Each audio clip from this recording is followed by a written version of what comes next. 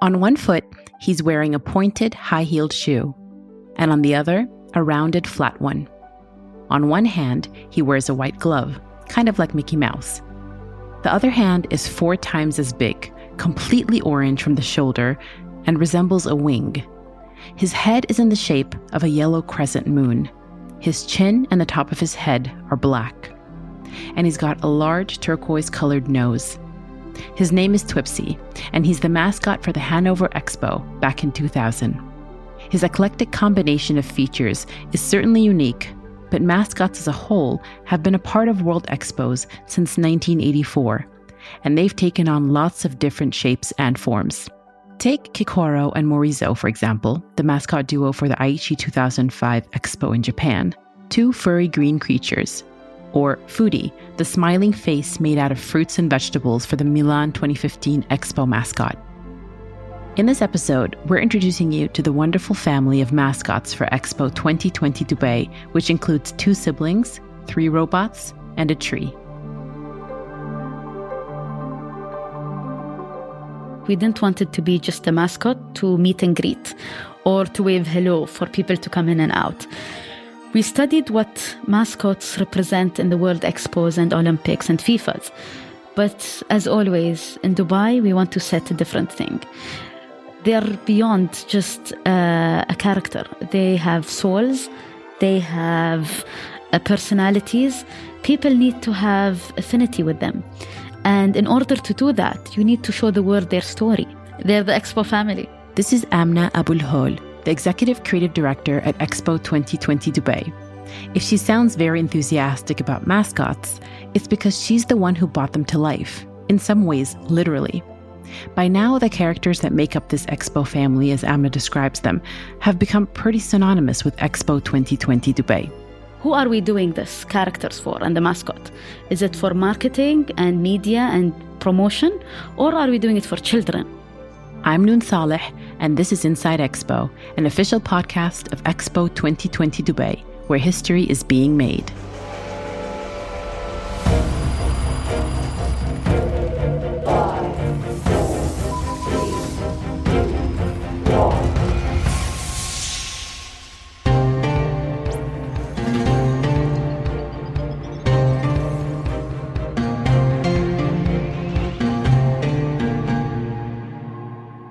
Mascots, stemming from the French word mascotte, meaning good luck charms, have long been used at mega events and past expos. The first one was a cartoon of a white pelican bird dressed in a blue tuxedo jacket and top hat. His name was Seymour de Fair, a play on words to invite people to see more of the fair, referring to the 1984 Louisiana Specialized Expo. He appeared at the fairgrounds, but also traveled internationally to promote the fair and appeared on television shows, including Saturday Night Live. The 1984 Louisiana World Exposition. Sure doesn't seem like 6 months. It went by so fast. It's Seymour de Fair. What? One last tour? The whole fair site? Sure, I'd love to go. Where do we start? At the beginning? But the mascots of Expo 2020 Dubai are different. Amna wanted to create more than an emblem. She wanted to craft a narrative. She wanted visitors to develop sentiments toward the characters. She wanted to create a legacy out of them. If you would know me, I'm very patriotic. The love for this country and this city is beyond. I want the world to understand our culture rather than just having a plush that they will hug all the time and that will fade after the expo, after the event finish. I understand how the world kind of see Disney cartoons. I've worked there and I understood how they see the Arab world. And when I came back, I was like, wow, this mascot thing is an opportunity to show the world that we have authentic culture. My first job was at Disneyland, Anaheim. So I used to actually create 3D models of rides. After the engineers would give me their drawings, I would theme it and create rides out of it. So there was no boundaries. It's a very nice combination between animation and architecture. I saw that we have a World Expo coming up soon. And I wanted to be part of this team, even if I would clean desktops. Amna was first recruited as a content producer in the marketing and communications department, before eventually rising to her current role. Back then, the mascots were being developed by an external agency, and because of Amna's background in cartoon and animation, she was asked to weigh in. Armed with ambition and vision, Amna got to work to make sure the mascots represented Expo, Dubai, and the UAE. During staff meetings, she would sketch shapes that would slowly transform into characters as she drew inspiration for their would-be personalities, and more importantly, their storylines. Thankfully, I got the trust from the highest leadership. And that person is Her Excellency, Reem bint Ibrahim al-Hashimi. She believed in me. She believed on that scribble on an Expo notebook. I sketched a boy and a girl under a Ghaf tree. The Ghaf is the UAE's national tree and carries deep cultural and environmental value in the country. The first thing I did is I went to the site.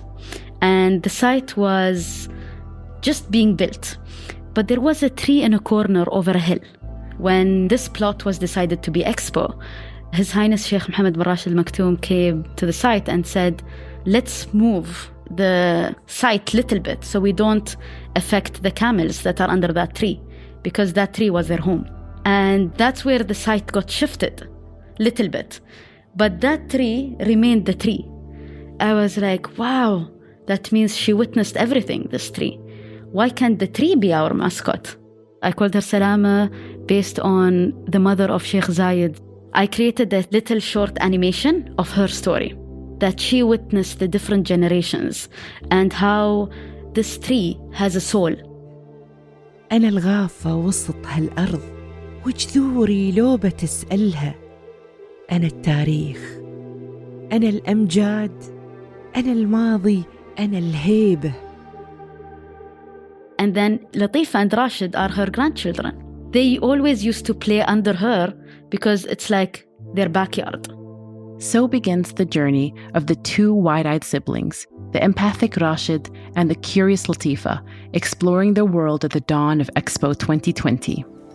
My dream is to share my innovation at the greatest meeting of minds in the world, at Expo Dubai 2020. I've heard that it'll open its doors soon. Do you remember when we were younger and they started building it? Everyone used to talk about Expo all the time. So Rashid will always wear a kandora. But what makes him unique, he always has the Expo pin. And Latifa is wearing her afternoon jalabiya with that pants, sarwal we call it, and the sandals. And it is something, to be very honest, what I used to wear a long time ago. When I used to play in the neighborhood with my cousins and discover trees, different weird stuff around the neighborhood. This is what we used to wear. And I know nowadays they don't, but I wanted to show the kids that this was part of your culture, because I don't want it to fade. The visual elements play a big part of branding a mascot, of course, but Amna also equipped them with personalities, with emotions. She held auditions with more than 60 children to find the perfect voices for Rashid and Latifa. She presented them with challenges and built plots to drive their story forward. Even their sibling dynamic is embedded into this whimsical world of mascots. Their personalities are yin-yang. Rashid is really a sweet boy that if he was in reality, I would be scared to let him run in life because life will be too harsh for him. Latifa is my favorite because I see myself in her a lot. She's short. She has a long hair. She always thinks she's the smartest. She always wants to push forward. But when it comes to a crisis, she would just go behind Rashid. A place where great minds will come to meet. Even my mind. No, Rashid. You have such a great mind. Go on, say it, and say it with confidence. I have a great mind. Kids on school trips would stop at the visitor center even before Expo 2020 launched, and even though it got quite noisy, Amna would spend a lot of time during her creative process. Because she was telling the mascot story primarily for children, she would spend this time learning from them. So I presented to them Salama and Latifa and Rashid. They were like, who are these? How come she's their grandmother? And they were like questioning all of this. I told them, Latifa is such a gamer. She loves playing games. She's scientific. She plays sometimes soccer. And the boy's like, ew, no, that doesn't work. Rashid needs to do that. I said, no. Rashid paints, loves plants. So then I said, raise your hand if you love drawing, boys. One boy raised his hand, but he was shy. And then suddenly you see 4 kids raising their hand. This is a good time to switch the stereotype. And then this one kid told me, that's boring. Where are their friends? I was like, interesting. You know what? I love the conversation with these kids. Indeed, they did get friends. But the mascots still had a mission. They still needed to iconize Expo 2020 Dubai's mantra of connecting minds, creating the future. They may be fictitious and playful, but they still had work to do. How can we educate children before coming to the site and create a world that is exactly Expo, but in a cartoonified way? How can we teach the kids the colors of the district? How can we teach them what the personality of each district, sustainability, mobility, and opportunity? So we created the Guardians. Tara, Opti, and Elif, a guardian for each of the 3 pavilions at Expo 2020. We created Opti on wheels, and he speaks so slow. Just as a metaphor that opportunity doesn't come fast. Hi, I'm Opti, the robot of golden opportunities. And he's full of confetti whenever he says something magical. And then we created Elif, who is always the show guy, the optimistic, the fun, and everyone wants to play with. I can fly, swim, and dive too. And we created Tara. Tara is the queen. Guardian of Sustainability? Alif and Opti meeting now. She kind of controls everyone. She's the only female with the Guardians, and she's kind of the boss. I'm not happy with this situation. Come on, Tara. Salama sent them. She told us to take care of them. Remember? Well, that's all right then. Come on. All right then. Amna went back again to show the children what she had come up with based on their suggestions. They loved the characters. But naturally, they had more to say. There was one smart young boy. He's 7 years old. He was like, that's not fun. I was like, what again? Rashid and Latifa were designed to be the protagonist superheroes, with the 3 robots watching over them as they navigate their Expo world under the guidance of their grandmother Ghaf. But this little boy noticed a missing piece of the puzzle. He said, who are they fighting for? What are they doing? Where is the evil villain guy? How can we know they're good or bad? So we created Mr. Scrap.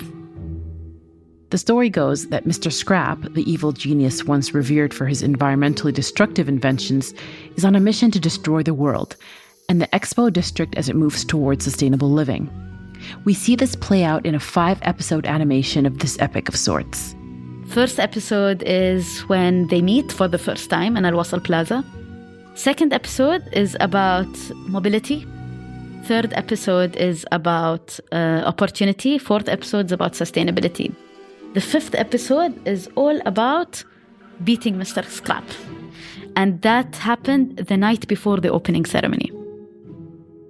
With the help of his loyal minion robot Floppy, the classically bald-headed lanky villain wants to chop Salama and deplete her powers.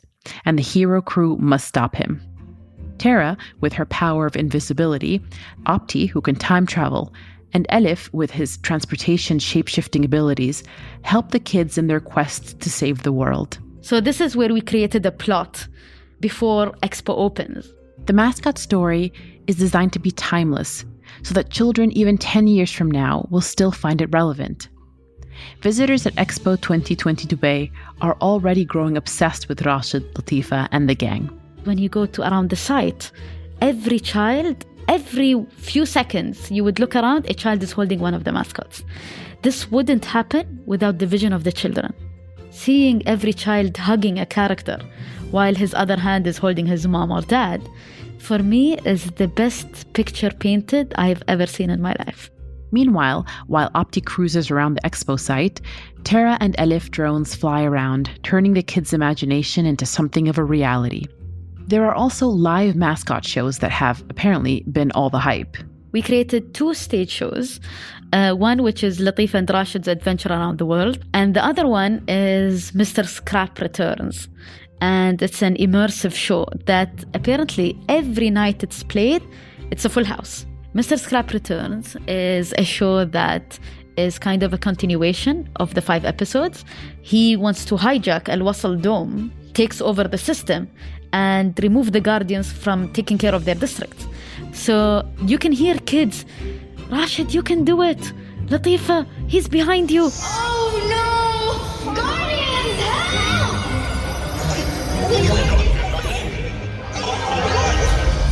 It's no use.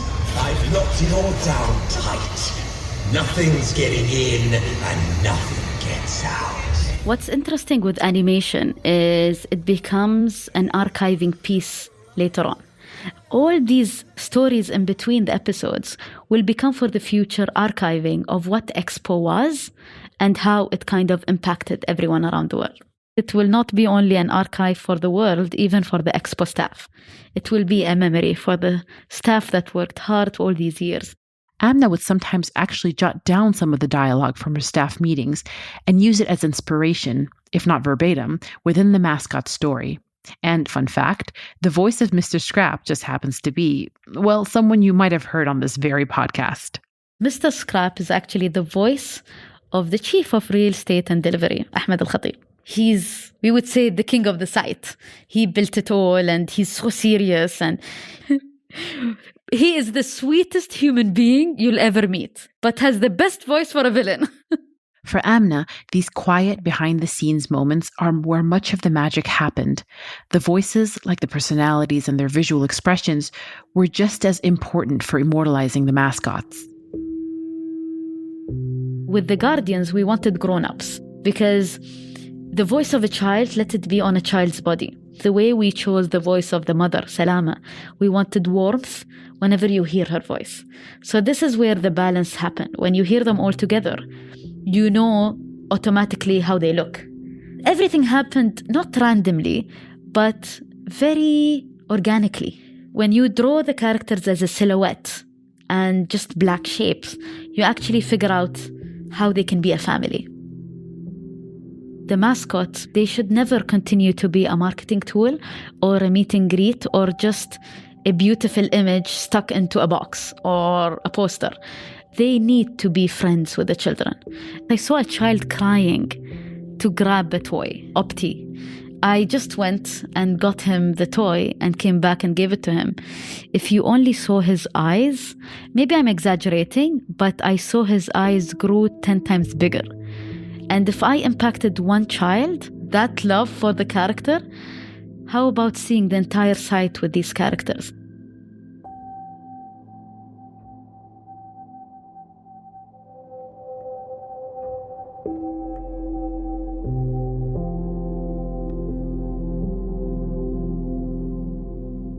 Inside Expo takes you behind the scenes at Expo 2020 Dubai, sharing our stories and others across the 170-year history of this global event. Learn more by visiting virtualexpodubai.com. Inside Expo is produced by Kerning Cultures Network. We release episodes every Tuesday and Friday. Subscribe to the show on your favorite podcast app so you don't miss an episode.